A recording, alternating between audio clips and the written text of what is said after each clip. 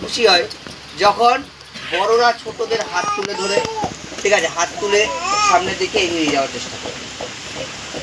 তো আমি আরেকটা রিকোয়েস্ট করেছিলাম যে রাধাকৃষ্ণনের ছবিতে যেন একটা ফুল ওঠে, কারণ এই যে দিবসটা আমরা পালন করছি তার উপলক্ষ একটাই রাধাকৃষ্ণ, বুঝলে? উনার জন্মদিন আমরা জানি, ঠিক আছে, তো উনাকে ছাড়া এই দিবসটা অসম্পূর্ণ। তা এটাও আমি চেয়েছিলাম, যাই হোক তোমরা করোনি। তো আমি শুধু একটা কথাই বলবো, বিভিন্ন স্কুলে, বিভিন্ন টিউশনে, বিভিন্ন জায়গায় বিভিন্নভাবে পালিত হচ্ছে, কিন্তু এই পালন করতে গিয়ে এই শিক্ষক দিবসের যে মূল উদ্দেশ্য, আমাদের শিক্ষক দিবসের যে মূল উদ্দেশ্য সেটা আমরা ভুলে ফেলছি এই আধুনিকতার যুগে।